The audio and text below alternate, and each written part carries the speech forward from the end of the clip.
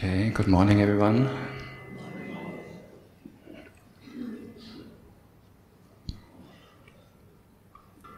Thank you for inviting me to speak here this morning. And I have to say I'm very delighted, I'm very uplifted to see that so many of you have chosen to spend their time coming Sunday mornings to a place like this, dedicating yourself to the Dhamma, to the teaching of the Buddha, to meditation, to the learning about the body and the mind, to the science of the mind. And I think that's a very important thing, important way to dedicate some time of our life towards those things.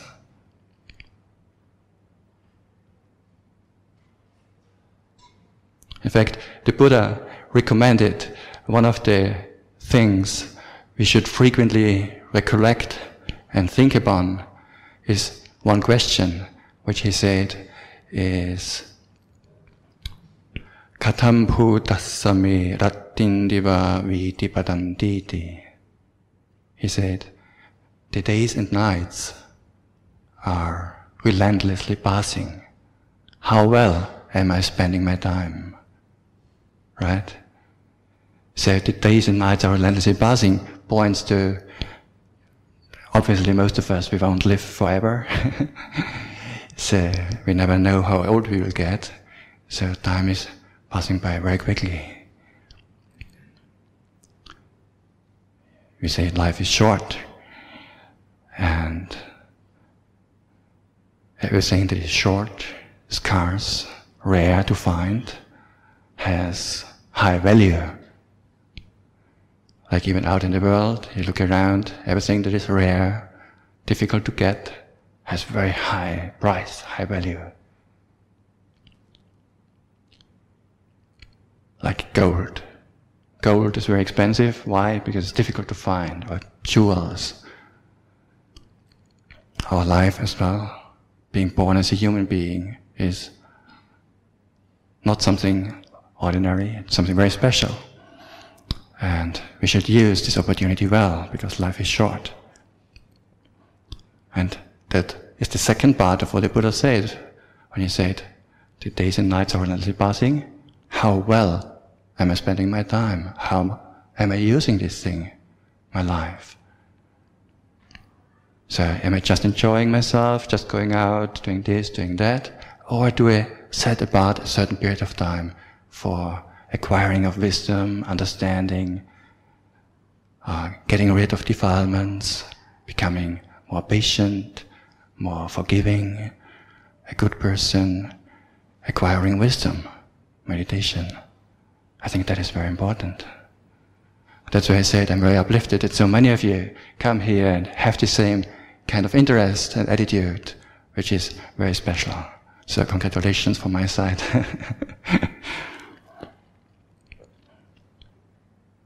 It reminds me when I was maybe 13 years old or 14 years old, I always had a kind of question on my mind. As I think for many young people, they think, what should I do with my life? But for me it was also more like, what is the highest that a human being can achieve? Or what is the highest of human potential? And I didn't think about religion or anything like that, just generally. So I was looking a little bit to science. And obviously, in science, in the last few hundred years, you can say, humanity has achieved many things. We can fly up to the moon, or even further, see things on a very microscopic level, tiny particles. We have achieved great things in the science of medicine, technology. But I could see those things already at that time, but I also was thinking, is this the highest? Then I was also looking at other areas, like religion and philosophy. Turning to Western philosophy, I didn't really study deeply, just to get an overview. I could see, yes, there was also a lot of interesting people and philosophers who had fantastic ideas and views. But I could also see that some of them still had very ordinary lives and problems, just like you and me have, and some of them committing suicide. So, however elaborate their teachings might be, I think on an internal level, I could see it does somehow not go to the root. Because if you are not in harmony with your society, with people around you, with yourself, then your teaching, at least for me, for my understanding, I wouldn't call that the highest, the ultimate. So I still kept this whole question open. Until one time, I went to the library in the town where I lived, back in Austria. I come from Austria. And took out one of these Buddhist books, just thinking, what is this Buddha saying about? I didn't hear much before that. I took one of those books back to me, home, and started reading. And what I read there surpassed and blew away just everything I've heard before. Because what the Buddha pointed out as the highest of life, of the highest of human potential, is the complete eradication of all traces of greed, aversion, jealousy, stinginess, impatience, stinginess, of unwholesome mental states, and replacing them by their positive counterparts, compassion, wisdom, patience, generosity, and so on.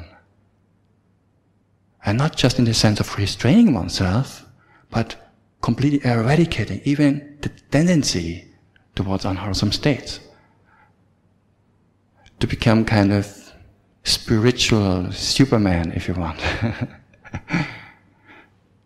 And when I saw this, I understood, for me, I think that is the highest a human being can achieve, the complete eradication of unwholesome states, and become completely pure in this sense.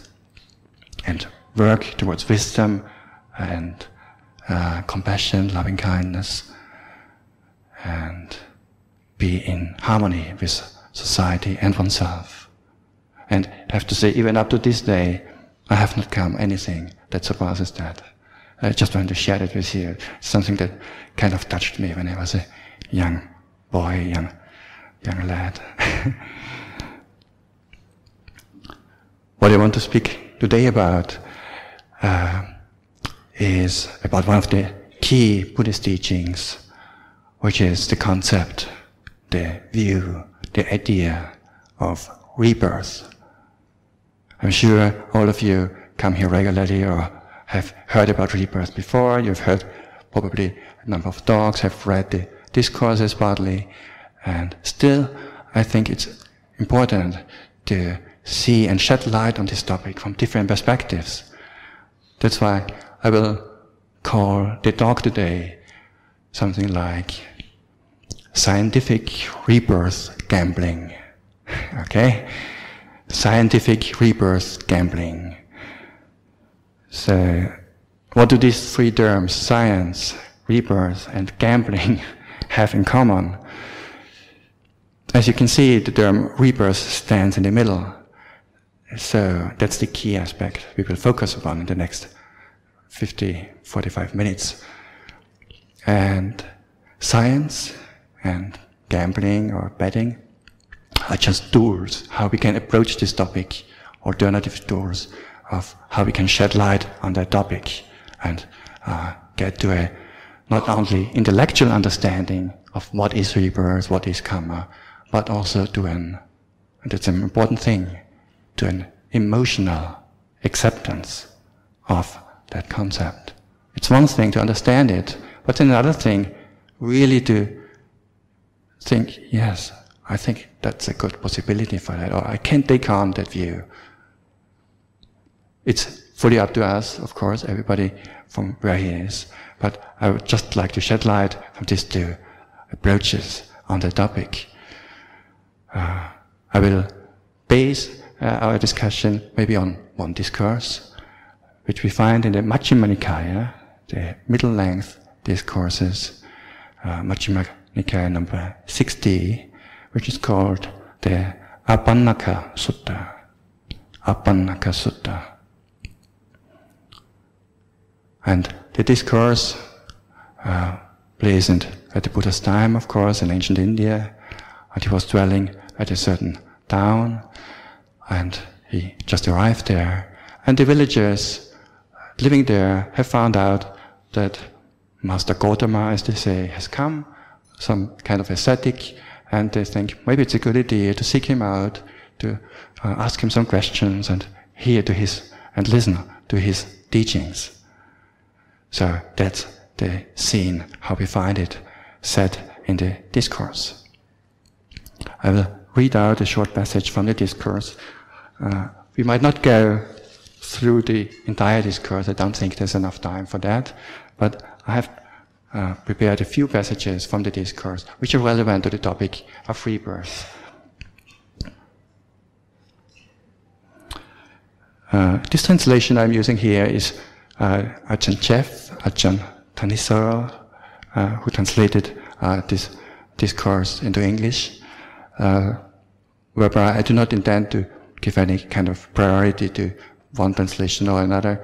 I've chosen this particular translation because it fits well, the terminology he uses here fits well to the topic of gambling. And he uses terminology that fits in this context well. Other discourses, I would maybe use other translators, however, but here I'm using Ajahn Jeff.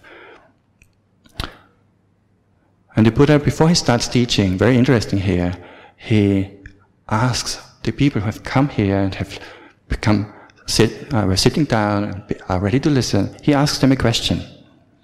He asks them, householders, is there any teacher agreeable to you in whom you have found grounded conviction? Grounded conviction, the Pali word means like faith that is based on wisdom. Is there any teacher with whom you have faith, confidence? The answer, no, Lord. There is no teacher agreeable to us in whom we have found grounded conviction. Then the Buddha says, okay, as you have not found an agreeable teacher, you should adopt and practice this safe bet teaching, a safe bet teaching, which, when accepted and adopted, will be to your long-term benefit, happiness and welfare. And what is this safe bet teaching? So let me just stop here for a moment. The Buddha does not directly set out. He first asks them whether they have already a teacher. And that's also an important thing. So he looks at the audience and then he will teach them what is suitable for them according to the audience. If he knows they have a certain teacher, he will explain things using different terms, highlight different topics. So as they did not have a particular teacher, actually it's not that there are no teachers around, but they had the opposite problem. They have many teachers. So they had many teachers coming, and that can also be a reason for not having conviction in anyone. I think that's maybe a little bit similar to the situation we face sometimes maybe even in Malaysia. So you're maybe exposed to many different teachers coming from different traditions, countries, backgrounds. And sometimes they seem even to contradict each other or say opposing things. So who is right, who is wrong? So what the Buddha did here, he also knew the situation, and then he said, I will give you a safe bet teaching. You cannot go wrong. With this teaching, whatever you believe, you will never go wrong. You can only win. It's called in Pali, Abannaka Dhamma. The commentaries explain this term and as a teaching that is uncontradictable, free from ambiguity, and definitely acceptable. And Ajahn Jeff renders it as a safe bet teaching, because you can't go wrong, basically. You cover both sides. If you play roulette, there's black and red color numbers, if you could just cover both sides, you can never lose, right? Something like that. Okay, so the Buddha now explains the situation that they are facing, and he knows the situation and says, there are some contemplatives and Brahmins, some teachers, who hold this doctrine, this view. They say, there is nothing given, nothing offered, nothing sacrificed. There is no fruit or result of good or bad actions. I'll just stop here. Nothing giving, nothing sacrificed, simply meaning it doesn't matter whether you do something good or bad. There's no contributions for that, no karmic results of that, as we call it in Buddhism. So some teachers had this view, whatever you do, it doesn't matter, you can just live your life however you like, and you don't need to be extremely virtuous, and whether you kill somebody or not, or whether you do something good, it doesn't make much difference. They also hold the view, now I continue, there is no this world, no next world, meaning denying different planes of existence. Meaning it's just what we have now, no this world, no next world means no different planes of existence. Also, there is no mother, no father. Of course, nobody denies that he is born from mother and father, but that means there are no beings to whom it's important or good to be respectful, polite, and to give them a special value. Because according to their understanding, it's all the same anyways. It doesn't matter, there's no good action, no bad actions, there's no need to be good towards our parents. We're all the same. No spontaneously reborn beings. That refers to beings reborn in heavens, for example, where you don't come out from a womb, but you're born with full mature faculties, already at an aged, maybe some planes they say like about 16 years old, I remember. So you're born and you're already 16 years old, and you don't age either. So until your lifetime is exhausted, you pass away, but you're spontaneously born. But those Brahmins also deny this one. And they also say there are no contemplatives who, faring rightly and practicing rightly, proclaim this world and the next world after having directly known and realized it for themselves. In other words, there is no ascetics or anybody who can really see other planes of existence and experience that through his own meditation practice, through the practice of concentration, for example. They deny that as well. Okay? So that's the view of some teachers that you would find in the ancient India and even today. And other teachers, they speak in direct opposition to these views. They say there is benefits of doing something good. There is something given. There's results of our actions. Good actions bring good results. Unwholesome actions bring unpleasant results. They say there are different planes of existence, and there is benefit of being polite and respectful to parents, for example. So these are two opposing views, right? Now, the Buddha does not actually say what is right and what is wrong. Now, he says the following. Now, householders, of those contemplatives and Brahmins who hold the first doctrine that I have just explained, there's no rebirth and so on, they will adopt and practice, or they will, of them it is expected that they will be shunning and avoiding these three activities: good bodily conduct, good verbal conduct, and good mental conduct. Instead, they will adopt and practice these three unskillful activities: bad bodily conduct, bad verbal, and bad mental contact. Why is that? Because those venerable contemplatives and Brahmins do not see in unskillful activities the drawbacks, the degradation and the defilement, nor in skillful activities the rewards of renunciation, resembling and cleansing. So they see no harm in the bad activities nor benefit in the good ones. That's why they will not be specifically eager to do the good ones or avoid the bad ones. Based on their view, they will act in certain ways. That's what the Buddha says is to be expected. Now, we come to the interesting part. With regard to this, an observant person considers thus: if there is no next world, then, with the breakup of the body at the time of death, this person has made himself safe.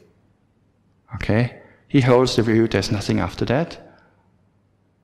And if there is no next world, okay, he gets away with it. He will not go to an unfortunate plane of existence, because suppose there's no rebirth or anything, he gets away with it. He has made himself safe. But if there is the next world, then this venerable person, after death, will reappear in a plane of deprivation, a bad destination, a lower realm, even hell. And the Buddha continues and says, leave aside, even if it did not speak of the next world, this venerable person is still criticized in the here and now by the observant as a person of bad habits, of a person of wrong view. You see, if somebody acts in those ways, sees no harm in lying, stealing, doing things, he will still have problems, even in this life. We don't need to wait for the next life, and people will be very careful about him. They will not like him, probably, and he will get bad results already in the here and now. His family life might not be in order. He might not have good friendships. So he gets already bad results in the here and now. No need to wait for the next life.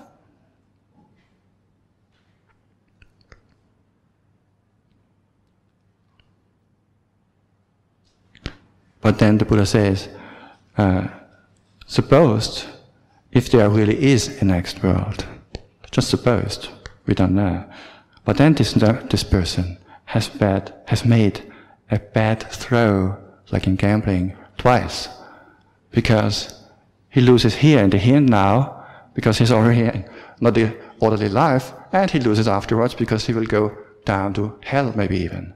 You see? So he loses twice, based on his view that there's no rebirth and nothing else. His actions lead him to those planes. So he loses on both sides.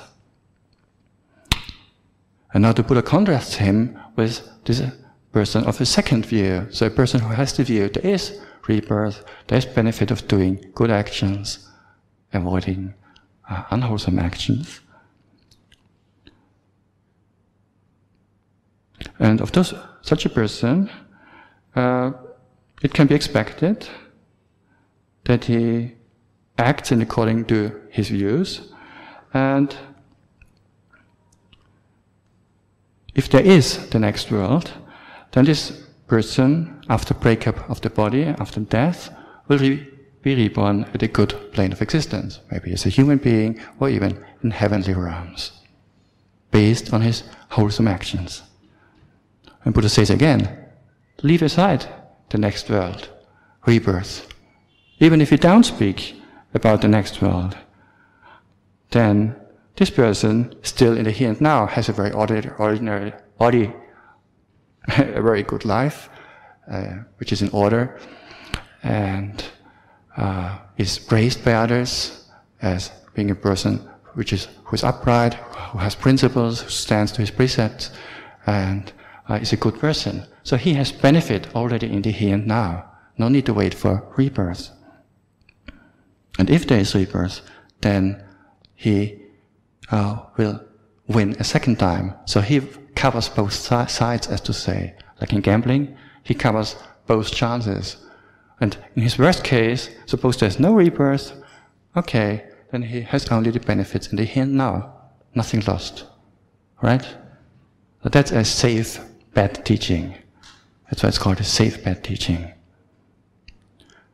So the Buddha is often compared to a doctor, and a doctor has one advantage towards a spiritual teacher in that he can show the results of his actions, of his medicine directly. You get cured of your disease and you can show, see, now my wound is going away, I'm healed. But for a spiritual teacher, it's difficult to show the results of your practice. You can't easily show that you've become now more calm. You can even not show your meditative states.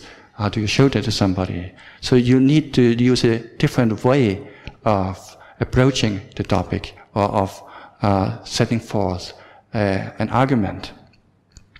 And we can distinguish between two types of argument. One is an empirical argument, when you look into logic, and the other one is a pragmatic argument.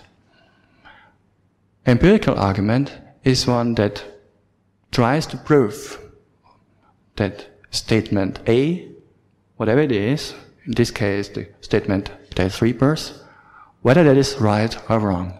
It tries to prove whether that is correct or not. This is an empirical argument. A pragmatic argument is an argument which focuses on the behavior of a person that can be expected of a person who has the view that A is right or wrong. So it focuses on the behavior of a person that we can expect who has this view, but there is rebirth or not rebirth, rather than proving rebirth or itself. So that's called a pragmatic argument. So the first pragmatic argument that the Buddha has is, regardless whether there is rebirth or not, in the present life you already get benefit. And the second pragmatic argument is, if there is rebirth, then you win on both sides. So it is a pragmatic approach. It focuses on the behavior of a person rather than proving the thing itself. Because you can't prove really rebirth. Or up to now at least, science has not brought up a really scientific proof for rebirth. So both things are views. Rebirth is a view, non-rebirth is a view. Unless somebody has developed the power of recollecting his own past lives. But if you have not, maybe most of you have or have not, I don't know, but I think generally speaking most people do not. So if you do not yet have recollection of your past lives, then you should know that your agreement with the concept of rebirth is on a view level. It's a belief. You can call it a belief. It's a belief. It's a view. Doesn't mean that it's bad. Okay? So the Buddha here looks at two types of beliefs. One is the belief there is rebirth. The other one is the belief there is no rebirth. Both are beliefs, because there is no rebirth is also a belief. Nobody has yet proven the non-existence of rebirth, right? That's a belief as well. So we have two sets of beliefs. And based on our beliefs, on our views, we act.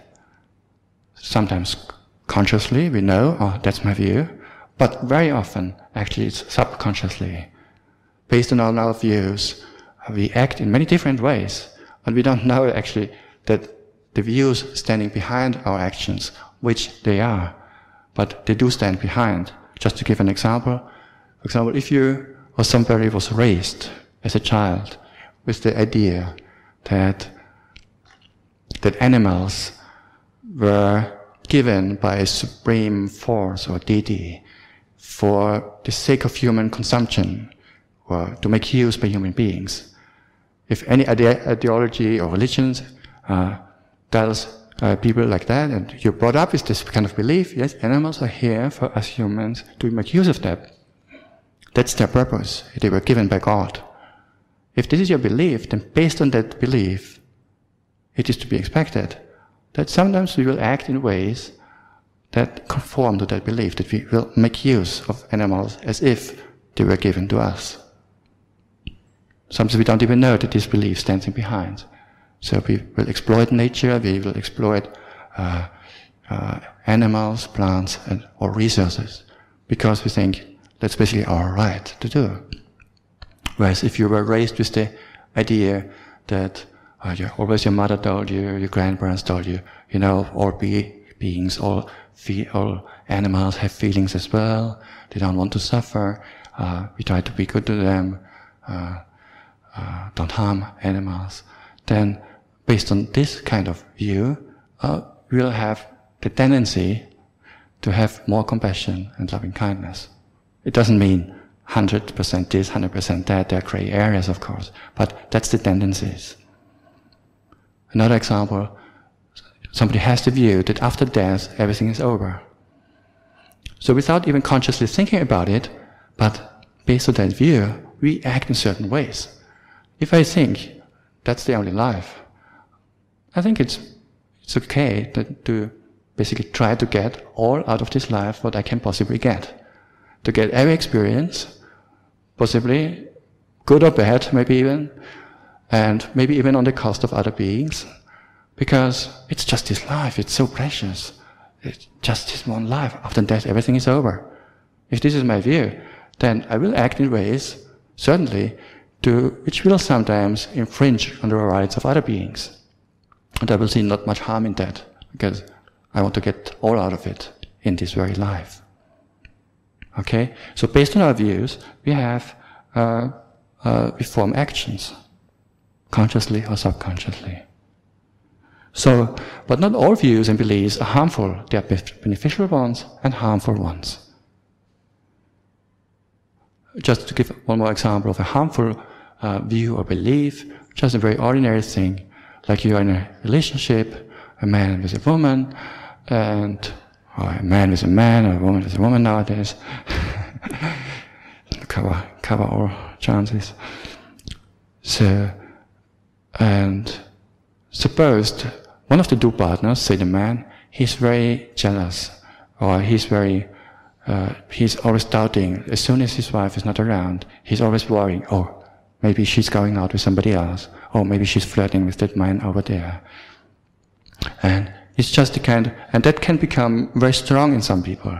It can become a strong tendency of the mind, and it becomes a strong, even a view, a belief, that he comes to the conclusion, no, my wife is cheating at me, without having any strong base or any kind of significant data for that, to support that, just based on his emotions. So when he forms that view, based on this view, he will act in certain ways.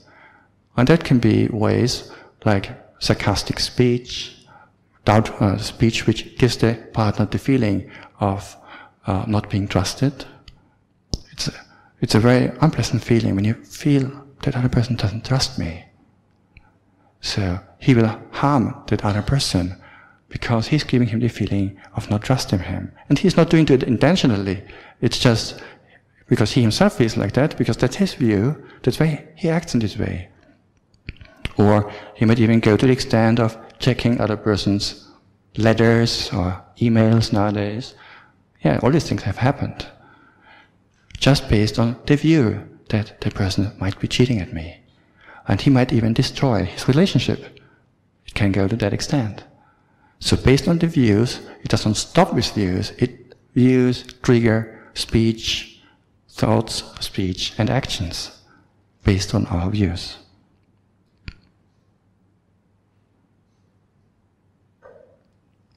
But I mentioned there are also beneficial views and beneficial beliefs, like many of the scientific findings that we have achieved in the last centuries, like the Earth is round and we can see stars far away and other planets. However, I have to say, for me personally, those things are still on a view level. If I look closely, I have never seen Pluto. Have you? Have you ever seen with your own eyes Pluto? So for all of us, actually, if we look closely, that's a belief, it's a view that there are different planets out there. Neither have I ever seen a single atom. I've never seen an atom. But still I believe that there are atoms or maybe even subatomic particles. Because I believe those people, those which we call scientists, who say that these things do exist, which do calculate different things, and we have a certain degree of faith in these people. So that's faith, view, and belief, unless you have seen any one of those yourself, because you're a scientist. So that's a view, but these views, based on those views, those beliefs, there's no harm. We can even say they're beneficial, because they were leading to many beneficial results of understanding of the world, of technology, of medicine, based on all these scientific findings. So they did not turn out to be harmful in this sense. Of course, there are also scientific findings which can be used against our own advantage, but generally the view itself is not harmful. And I will give you just one more beneficial view, and that's possibly the most beneficial view you can think about.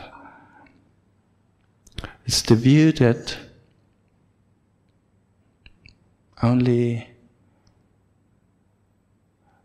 that real happiness does not arise from external things. That real happiness arises from a mental attitude, from an attitude of letting go, of detachment, of an attitude of not grasping, not holding. If you have this kind of view, that this is the way to happiness, then this is a very beneficial right view. Because this is the view that makes you happy, that leads to letting go of craving, attachment, and with that, of all suffering. So that is the most beneficial view you can imagine. And this is a view, it's a right view. In Buddhism, we call it Samadhi, right? Right view is the first perfecter of the Noble Eightfold Path. So it's a beneficial view. Okay, tracking back a little bit from that. Now, in science, as it always was, there were different theories and views to explain different models. And sometimes scientists also didn't know how certain things are. So they had different models to explain something. Now, the question was which model to choose or to investigate further, or which model to use more for our research. And there was one philosopher in the 13th century by the name of William of Ockham, and he developed a model which is called Ockham's razor. Has anybody of you heard about that? Can you just raise your hand if anybody has heard about Ockham's razor? Okay, yeah, a few people, but not that many. Okay, Ockham's razor is actually quite simple. Ockham's razor says if you have two competing models that both explain the same phenomena, choose the one that is the simplest until additional evidence comes along. Okay? So you have two theories that explain the same thing, but you don't know which one is correct. And choose the theory which is simpler, because maybe that's more likely, and also it's easier for scientists to work with a simpler mathematical formula than with a very complex one, right? Until additional evidence comes along. And that's called the Ockham's razor. And that became a model not just for philosophy, also for many scientific areas. Now, if you look at what we were just speaking about rebirth, and the Buddha's approach in the Apannaka Sutta, it is very similar to Ockham's razor. I call it the Buddha's razor. The Buddha's razor is very similar to the Ockham's razor. You could summarize it like, using the same terms, something like, if you have two competing theories that both explain what happens after death, choose the one that is the more beneficial until additional evidence comes along.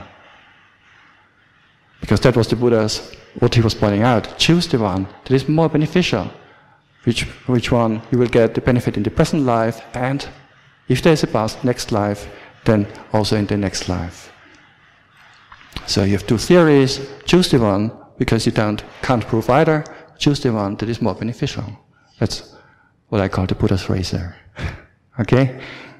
So I found the similarity very, very nice. I just wanted to bring that up. So just to summarize now, we have two kinds of beliefs, harmful ones and beneficial ones. And with the Buddha's method, we can see that believing in rebirth, it might be even a blind belief, is not harmful. We should still know, okay, it's just a belief, but it's not harmful. It can lead to a benefit in the present life, because based on our actions, and if there's a next life, we win on both sides, like a gambler who wins on both chances. Okay, so much for the gambling side of the topic, which was originally called scientific rebirth gambling. There was a little bit science there already. We have a little bit time left. If you want, I can, but then I would need your help actually. We can make another comparison now using science a little bit more, and about the concept of energy. So energy is a very, very well understood already in science. And can anybody of you remember how science roughly defines energy? Or maybe we can work together. Just shout out if you know anything about it. What is energy? What do we understand under energy? Pardon? MC square, yes. I'm sure everybody understands what it means. Okay, further approaches or more detailed answers. What is energy? When do we speak of energy? Pardon? Cannot be destroyed. Very good. There's already an attribute or a characteristic of energy. Yes. But before we speak about the characteristic, which we will come to very soon, what is it even that cannot be destroyed? What is energy? Pardon? Conservation of energy, that's the law that just was pointed out. That's right, that's how it's called. But what is energy itself? Conservation of this microphone, is this conservation of energy? Transformation. So, to bring it back a little bit more to the fundamentals, it is somehow defined as something like, it is the potential, or as they say, the capacity of matter to perform work, to do something. And this work can be the result of motion, then it's called kinetic energy, or position, then it's called potential energy. So just to give a simple example, think about a pendulum. You know, pendulum is something, a weight that can swing back and forth, hanging loosely, maybe from a string. That's called a pendulum. And so a pendulum has energy, especially when it's up there. So when I hold it up there, there's a lot of energy. And here, it's especially in the form of potential energy. Because of its position being up there, and the forces of gravity pulling it down, basically, it has a lot of potential energy. But as soon as one lets it go, it accelerates, and potential energy will be transformed into kinetic energy, energy of motion. And both of them cannot be destroyed, but as I said, when the pendulum comes down, when it's on the lowest point, there's no more potential energy, but it has the full momentum of motion, of kinetic energy. So it's the potential of matter to perform work in one or another way. And energy has different forms. We can speak about mechanical energy, movement, electrical energy, right? chemical energy in chemical processes, thermal energy, heat. What else do we have? Nuclear energy, right? So there are different forms of energy and radiation, different forms of energy which are interconvertible. It was mentioned before that those different forms can change. So energy is not fixed to one type of energy. So that's why we know very well when we switch on the light, electric energy is transformed into radiation. And in many cases, if you have a light bulb, it's also transformed into heat to a certain degree. Okay? The same when we say often we create energy or we create electricity using, for example, solar energy. But really we don't create it, we just transform the radiation using processes like solar cells into other forms of energy. We can't create electricity. Okay? So energy cannot be created in this sense, but it can be transformed between these groups, so it can change its appearance. That's this second point. And lastly, and I think that's one of the most interesting one, is energy can never be destroyed. It was pointed out before, it's the law of conservation of energy. Energy cannot be transformed, but not be eradicated or destroyed. And this is known as conservation of energy, which constitutes one of the basic principles of classical mechanics. Okay, that was just to summarize that we have a little bit of background now, recalling our physics lessons from long ago. Now let us look now to one of the Buddhist topics. We were speaking about rebirth before, and rebirth happens, according to Buddhism, based and very closely interlinked with the law of karma. Law of karma, as we all know, we do something good, our actions, our intentions, our volition, that's the karma. The Buddha said, Cetanahang bhikkhave kammang vadami. It is volition that I call karma. It is volition that I call action. So it's our volition, how we act, wholesome or unwholesome. And this volition, we can call it a form of mental energy. It leaves behind something which has a certain potential to manifest. But not only in the future, actually, even in the present moment. Whatever you do, I think, just recall any act where you do an act of, you say something very polite to another person,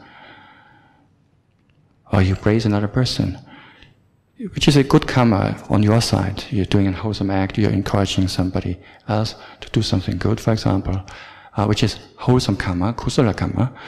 And even while doing that, you already feel the positive energy coming from your act while doing it, while still being in motion, so to say, like kinetic energy. You already feel, it feels good to be good, basically. It feels good to say something polite. It feels good to be generous while doing already, even without waiting for future karmic retributions, even in the present moment. That's comparable, I would say, to some degree, to kinetic energy, energy of motion, where the pendulum is swinging while doing it. But there's also a potential staying behind, which is called potential energy in physics. In Buddhism, we say there's a karmic seed staying behind, and which has the potential to give results in the future. So sooner or later you will get the results from your good actions, as well as the unwholesome actions. So this potential is kind of comparable to potential energy. So we have both aspects in Buddhism as well.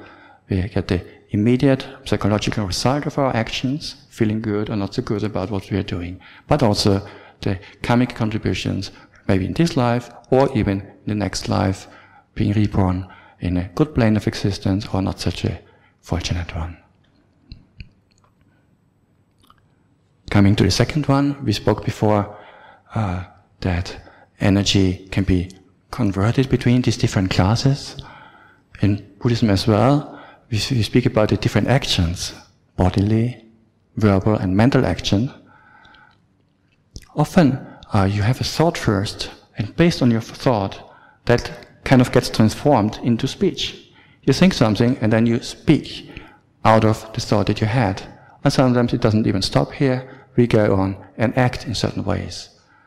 So the mental energy gets transformed into action by body or speech as well. And it even works the other way around.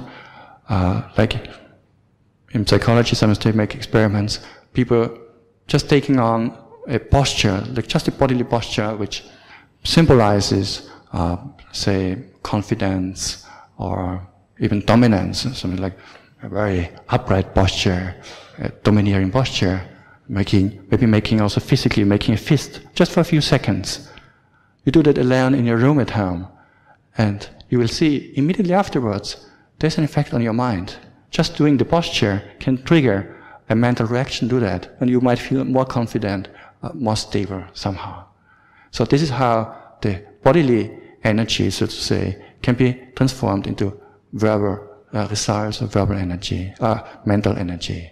So there is interchange between these classes, which is very kind of similar, a little bit, to what we have spoken about before in physics.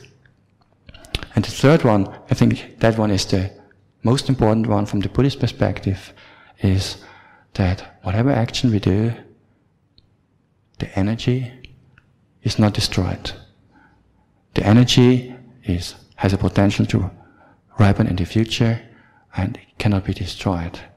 And even after this life, the actions that you do, even close to death, still will continue to manifest. So this law of conservation of energy also, it would be, to me, it would be very strange, the idea that, oh yes, you understand now there's energy, mental energy, we can see the results in this life, but why should then the mental energy be destroyed just because the body dies, or just because this body cannot be sustained anymore? Why should suddenly a law of nature that always exists, why should that be not functioning anymore? So the law of conservation of energy, of mental energy, is, you can say, the basic principle of the Buddhist teaching of rebirth, standing behind that. Like the law of the conservation of material energy was the basic principle behind the classical mechanics.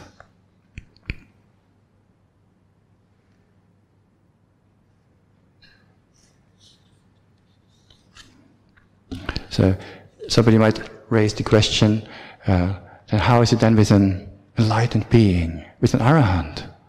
I think we've all heard about it. The arahant is somebody who gets out of this cycle of rebirth and who seems to be able to cut off this whole thing of energy. So how can that happen? Before we said energy is conserved, cannot be destroyed, and now we say the arahant gets out of that. How does that happen? And there's one discourse in the Anguttara Nikaya, book of 3, discourse number 101. It's called the Lonakkapala Sutta. And there the Buddha says exactly the same thing. Mental energy cannot be destroyed, even for an arahant. The arahant consumes the fruits of his past actions in his last life. They are not destroyed, but they manifest and bring their results. I think we all have heard, as most of you have heard, the Buddha had back pain in his last life. He had to suffer that as a result of past unwholesome actions in past lives. I think the commentaries explain that he was a long time ago, he was a kind of wrestler, and he had broken his opponent's back in a fight long ago. So his back pain in his present last life is said by the commentary tradition to be the result of this unwholesome action. Similarly, you see the example of Angulimala, who has killed many people, and who, as a karmic contribution for that, had to suffer while going on alms round. People were throwing stones at him. He was already a monk. He was a monk, he became an arahant, fully enlightened being. But while going on alms round, people were abusing him, scolding at him, and even throwing stones at him. Then he went to the Buddha and said to him, "Oh, it's so difficult. I'm not harming anyone anymore. It's long ago." But the Buddha said, "Bear it. Be with it. You are reaping and consuming the results of your past actions. After that, they are consumed. You will have no further consequences. After this is your last life, it will be over. But still, even arahants consume the fruits of the past, good and bad actions." Coming back to the pendulum, it's like a pendulum, when it's swinging. So, in order to keep a pendulum swinging, you always need to tip it on a little bit, right? If you don't tip it on, it will not. And that's what we usually do in our normal actions. We always create karma, we always make new volitions. It's like tipping on the pendulum, we always keep it going. But an arahant does not create karma anymore. So his actions, the commentators call it keriya, are only functional. He does not accumulate wholesome or unwholesome karma anymore, an arahant. So his pendulum, basically, nobody's tipping it on anymore. So but it doesn't stop immediately. But it continues swinging, swinging, swinging, until it stops. Then he goes into Parinibbana, and that's the last life of an arahant. Okay, I think I've spoken enough for this morning. I hope there was something of interest, shedding light on the concept of rebirth from different perspectives. Please think about what you've heard. It's called in Buddhism Sutta Maya Panya, wisdom acquired by hearing first. So first we have to hear, or nowadays we can read the discourses of the Buddha. We get some understanding. But based on that, we should also think about that and scrutinize that, contemplate it. It's called Cinta Maya Panya, the wisdom coming from contemplation. And the last step is Bhavana Maya Panya, is the wisdom being the result of more formal practice, for you put what you've heard into your daily life practice. This can be on the meditation cushion, but also at home, where you implement the teachings into your practice. So, hearing, then contemplating it, and putting it into practice. Buddhism is not a belief system, as all of you know, but it's often compared to be an education system, where we use wisdom to come to a great understanding. I've been told before that we can have a question-answer session. I think asking questions is a very good way, basically, of thinking things over, contemplating things, which falls into second class, Cinta Maya Panya, the wisdom coming from thinking. So, if you have any questions, either about the talk that was just what you've heard now, or Buddhism in general, the Dhamma, meditation, please feel free to bring it up. Or if you have any general comments, please don't be shy. I would like to open up and invite for questions now. Bhante. Yes. You probably are familiar with the argument called Pascal's wager. Yes. Can you compare and contrast this teaching which you gave regarding the Buddhist belief in rebirth with Pascal's wager? Okay. Just to repeat the question, it was asked about Pascal's wager and how that relates to what we've heard just before.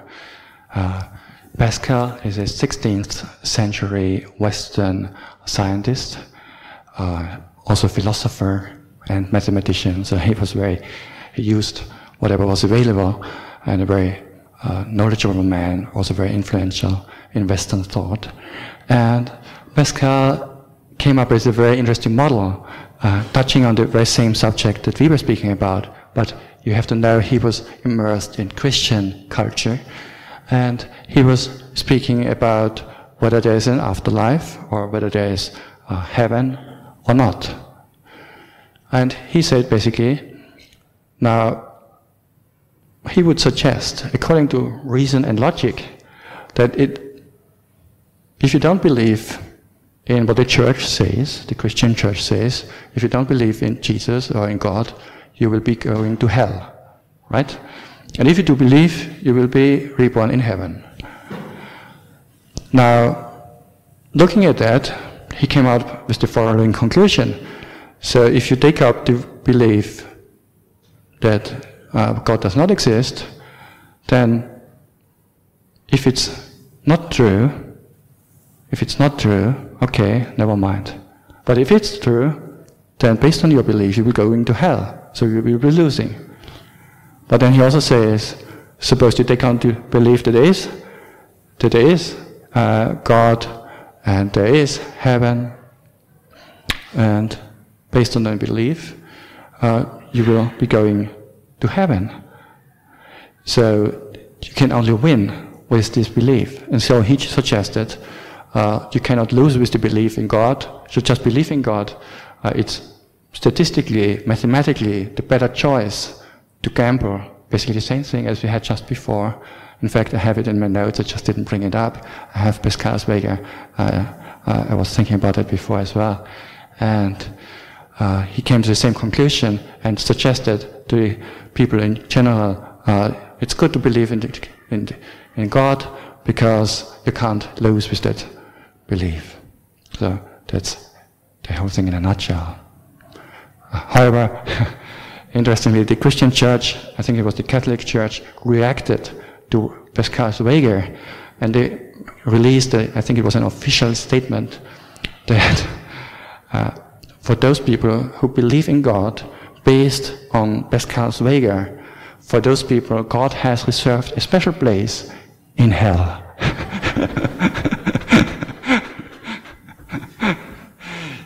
So you see, it's not enough to be a Christian just to believe. You have to have blind faith. Just faith with reason is not appreciated, it seems, from the official authorities. The Buddha was perfectly fine with that. As you see, the Buddha said, if you follow just reasoning, just take it on a faith and belief level. If it helps you to embrace the whole topic a little bit more, you can still keep it open as well as to alternatives of what can happen. He never said you have to believe in rebirth. Nowhere you can read that, but it is definitely helpful, and it is kind of part also of right view. But he never said you have to believe it or anything. He offered tools how we can use it, but he never enforced it on anyone. So I think that's how Pascal's Vega relates to the same topic. Thank you very much for bringing that up. It was a very good point. Okay. Any further questions or comments? Yes? The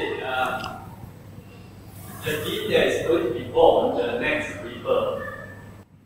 Yes.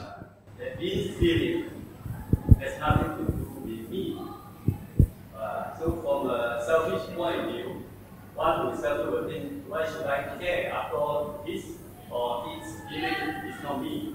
Okay. So whatever unwholesome activities I do and enjoy now, it's another person's matter. I see what you mean. Yeah, I think you're right. Just leave it like that. It's really good.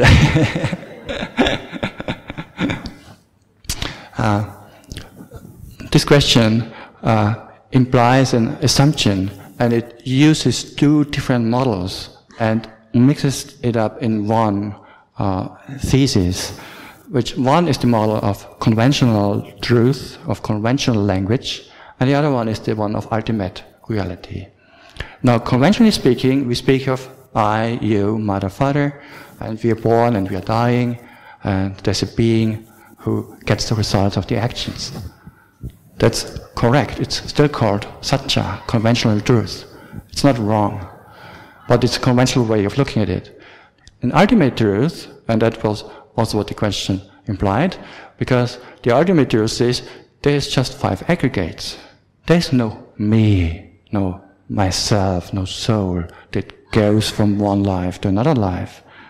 It's just 5 aggregates, and especially the mental aggregate, arising in one split second and passing away immediately. You see something, seeing consciousness arises and disappears immediately, followed by another seeing consciousness or hearing, whatever.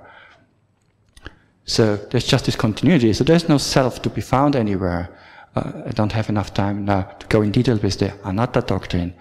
So this teaching says, then you can say, okay, whatever I do now, there's no self which will get the results afterwards. Which is true, there's no self. But it does not mean there's no experience afterwards, that there is no feeling, no volitional formation. Basically, what happens after death is not so much different from how we ordinarily perceive our life now. So if you now think, I feel pain if I hit it with the hammer on my finger. If you now think that's painful and I don't like that, then you will also not like, in the same way, you will not like the karmic contributions in the next life. If you now think, oh, it's just pain arising on this finger or in this mental aggregate, it's just dukkha vedana, it's not me, not mine, not myself. Yeah, that's a way of reflecting, it's very important to do that. But the experience of pain is still there. Right? The experience of pain is still there, even without the doctrine of self. Even looking at it as non-self. And it's still unpleasant. It's not I, it's not me, but the unpleasant experience is still there. In the same way, after death, this continuity of karmic cause and effect, karma and vipaka, will still produce pleasant and unpleasant results. So, you still can't get out of it. Same way as now, you will experience it afterwards. So it's just 2 ways of looking at the same thing from conventional and ultimate truth. But if you mix them together, you can end up with the kind of strange idea. Now there's somebody who's doing some actions, but after death, there's no self anyways. But really now it's also no self. So then this kind of thing mixes up 2 different models, I think. And when we separate them, then it's very clear. Okay? Further comments? One last question.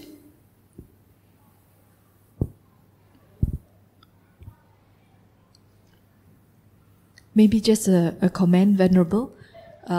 Likewise, if there is a rebirth and the new being comes into place, it would think the same, right? It's so unfair for me to bear the consequences of what has been done by someone in the past. Exactly. You can contemplate the same way, jump it out way in the other way, the other way around. And yeah, so it's interesting because you see even now when people start into life, even in babies, newborn babies, sometimes even twins, that their mental setup and the way they behave can be quite different. So theoretically, we all start out with the same thing, but do we really? Do we really start out with the same thing? Do we really have the same qualities, good qualities as well as not so beautiful ones? I think there is differences, and rebirth explains that very nicely because it's just a continuation of what we have done before. So there's nobody to blame, and also no need to be critical about anything. But also we can be happy if you're in a good state, like you're healthy, you're handsome or beautiful, and you're rich maybe. This is all the results of your past good karma. You're born in a safe country, in a country where you can do things you like. So all of you here, I'm sure you have done a lot of good karma in the past. Otherwise we would not be sitting here and speaking about such lofty things. So if it were the ordinary thing, why are not 5 million people sitting here? So that's the result of past good karma. Now you create the causes of future good karma by practicing meditation, listening to Dhamma talks, putting those things into practice. So that's the way to do it. You make use of the teachings. Let me just wrap up a little bit.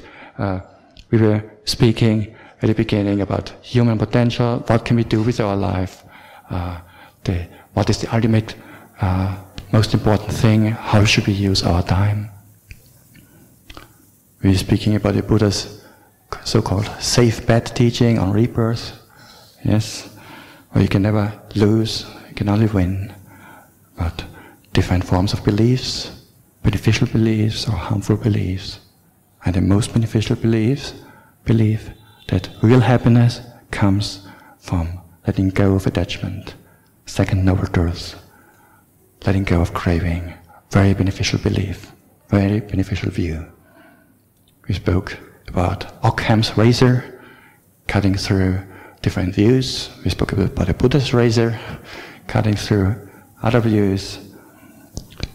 We saw parallels between the law of energy, material energy, and we compared it with mental energy, the law of karma. We spoke about the law of conservation of energy, which is fundamental to the understanding of rebirth. Okay, please contemplate whatever you've heard. Take away what you find useful, things that you find difficult to understand, just leave them aside, don't get bothered about it. Important is to put these things into practice, whatever you find useful, implement it in your daily life. You know, Buddhism is not a belief system, it's an education system, where we use our wisdom and we gradually work towards peace, happiness, towards liberation. Thank you for your attention.